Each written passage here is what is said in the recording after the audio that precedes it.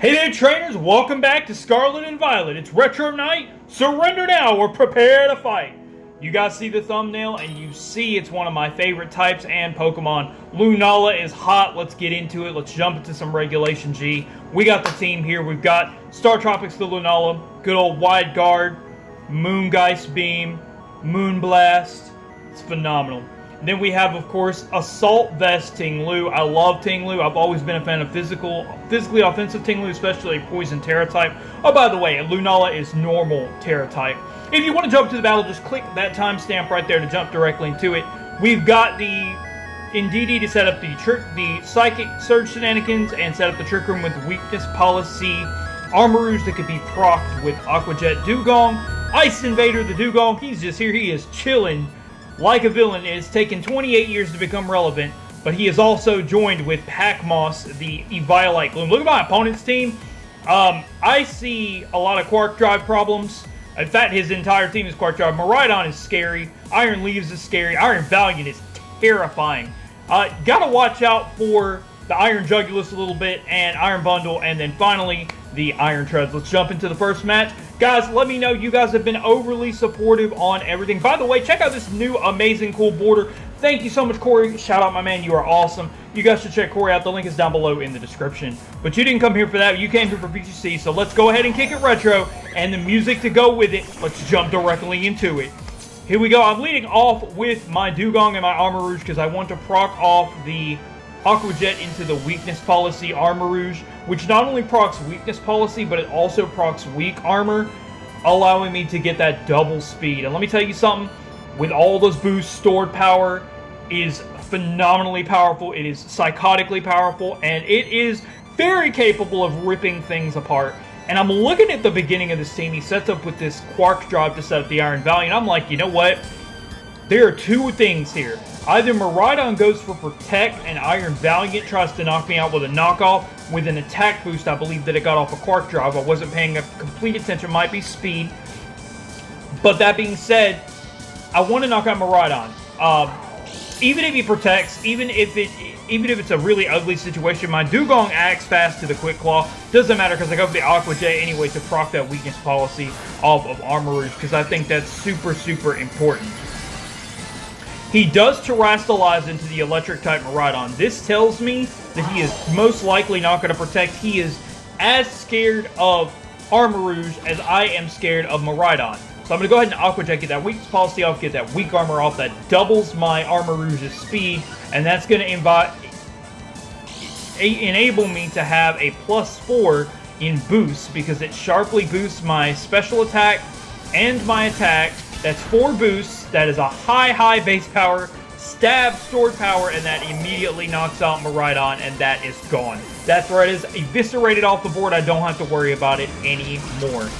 In comes the Drain Punch, but Dugong is chilling like a villain, and the Ice Invader lives it on 21 HP. We really didn't need Dugong for anything in particular on this particular turn at all, other than to proc the Weakness Policy off of my Aqua Jet. That is the only thing I needed Dugong for. Everything else is good and gravy train. Now I'm waiting for the opposing trainer to see what they want to bring in. I'm thinking in the back, and I've got my Lunala, and I'm thinking Lunala, the reason I have it as normal Terrastalization is it is a perfect check to Calyrex Shadow Rider. We're going to get into that in a little bit in the video, so get excited for that. He goes into Iron Jugulus, and I was talking about this earlier when we were in team preview. Iron Jugulus is no joke, especially with the Quark Drive, and the Electric Seed boosts its defense.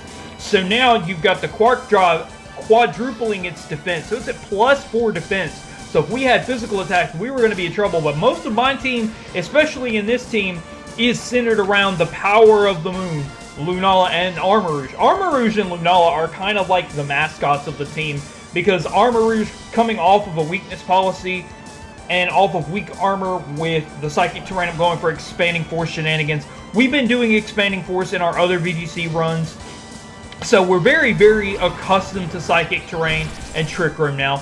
I was going to just try to Horn Drill the Iron Valiant here, but he does knock me out with the Shadow Sneak. There's no, no pain, no gain. Knock it out with a stored power, and down goes Iron Valiant, and I don't have to worry about that anymore. That is a lot of threats I've knocked out, and a Dark Pulse. Somehow Armorous lives that on 0. I don't know how. I don't know how we live that. I don't care. It's fine. I'm fine with that. He goes out now to Iron Leaves. Now, what my thought process in the back of my mind is, because I've got a Gloom in the back, Gloom can take whatever Iron Leaves wants to go for, but also, once I Terrasilize into normal, I don't have to worry about my Shadow Shield getting damaged too much. I mean, yes, I'm going to take more damage from the second attack, but not being Ghost Psychic typing, I'm not going to take hardly any damage from a Dark Pulse, and I'm not sure if the Iron Leaves wants to target in as well. My idea here is to go for the Meteor Beam, because I want to one-shot the Iron Jugulus. I don't know how the Jugulus is set up specifically, but I am not trying to see if it's like Assault Vest or something like that. I would not be surprised. Oh, it's Electric Seed. Cut that part. Electric Seed. Cut this part. Okay. So, I'm going to go ahead and Endure with my Armarouge. I'm going to Endure with my Armarouge as he goes for the Leaf Blade. Armarouge, of course, lives out on 1 because of the Endure, and I wanted to do that so that I could use this particular turn to use my Meteor Beam into the Iron Leaves to boost my Lunala, and then that would enable me to guarantee a KO into Iron Jugulus. Not that I wouldn't KO it with Moonblast already anyway, with Lunala's already high special attack, but I really didn't want to take any chances whatsoever. So, the Power Herb goes off, and we're going to go ahead and do a ton of damage to the Iron Leaves as the Dark Pulse comes through, and as I said, it does not do hardly anything at all. Lunala is so freaking bulky. I love this mon. One of my favorite ghost types of introduction of anything, and I've actually never even played Alola. It's kind of crazy to think about. Now, what I'm thinking here is, now that my Shadow Shield is down, I don't particularly mind anything going away, like Armarouge, for example, because he might target into Armarouge, and I might be able to save it later to go for the Endure again, to get that again where I can proc off and get that weak armor. Leaf Blade brings me down to 71 as I Moonblast, which eviscerates the Iron Jugulus out of the arena. Goodbye. Shining Bright, the power of the moon blasts through, and down it goes. Now we are left with just Iron Leaves. I do a Gloom and Lunala. My thought process is I really want to finish this with a Moongeist Beam. I'm at 71. I don't know if I take this, but I was kind of thinking maybe, possibly, that I could go for something here. But my opponent actually targets Psyblade into the Gloom slot. I'm not sure if they just didn't think Leaf Blade would kill, or if they were more worried about Gloom, or what the case may be, but we get to finish it with the power of the moon and the Moongeist Beam. One of my favorite ghost-type attacks, one of the coolest colors on attacks, and one of the coolest attacks in general, and that finishes our first match in Regulation G. But let me tell you something, we're not done here. We're going to jump right into the next one and show you what Lunala is truly capable of, and show you one of the biggest reasons I wanted to use it. Alright, jump into game 2. Alright, welcome back, trainers, and welcome to round 2, fight, of VGC of our first startup. And like I said, one of the main reasons I wanted to use Lunala, we are going to talk about in this particular video. So let's hop right into it. You guys saw the team preview, you saw what it was capable of, what it could do, so we can hop right into it. Alright, our next match is versus KK. Let's go ahead and get it down. Ready, fight, and round 2, go for broke. Alright, so my opponent is leading with some things that I don't know the names of, but I'm seeing a Pikachu, and I'm pretty excited to see Pikachu.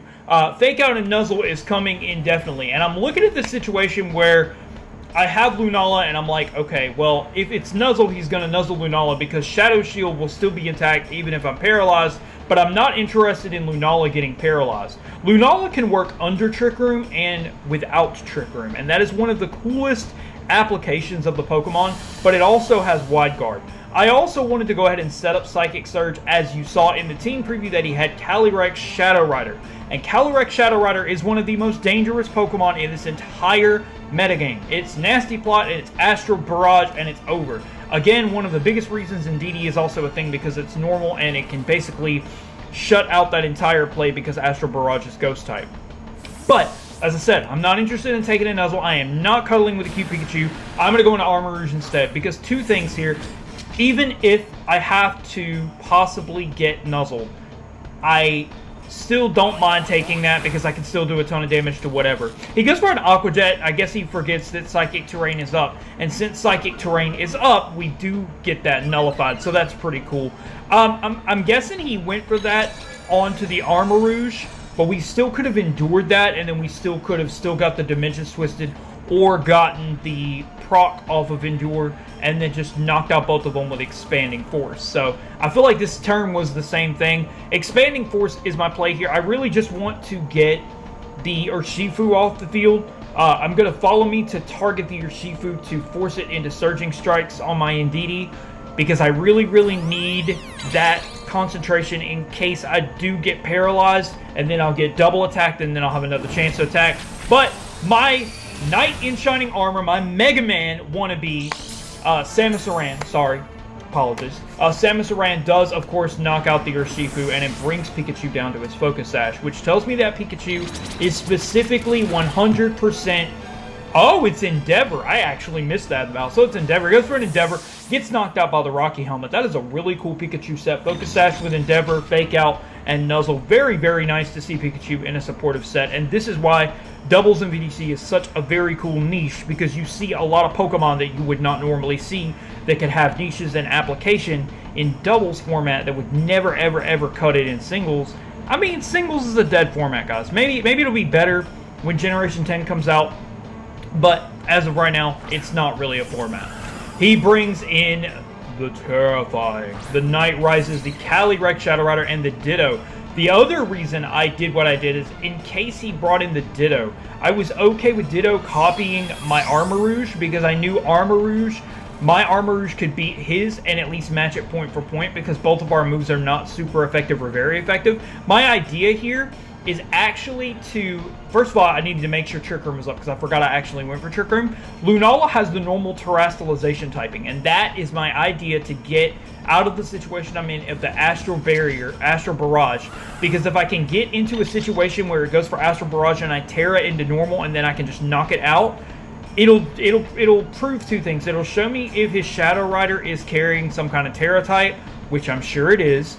And then if it is carrying a Terra type, I'll basically force it out and I'll be able to go for whatever I need to go for. Although I may not know what particular typing to go for on that turn because on the Terastallization turn, of course, I'm going to go directly for the Moongeist Beam because I want to take out this Star as quickly as possible. I knew he would protect first turn because, I mean, he needs to protect it at all costs. I'm completely okay with Indeedee going down to Expanding Force, that's fine. I also wanted to Endure, but I didn't want to do it on the first turn in case he protected here.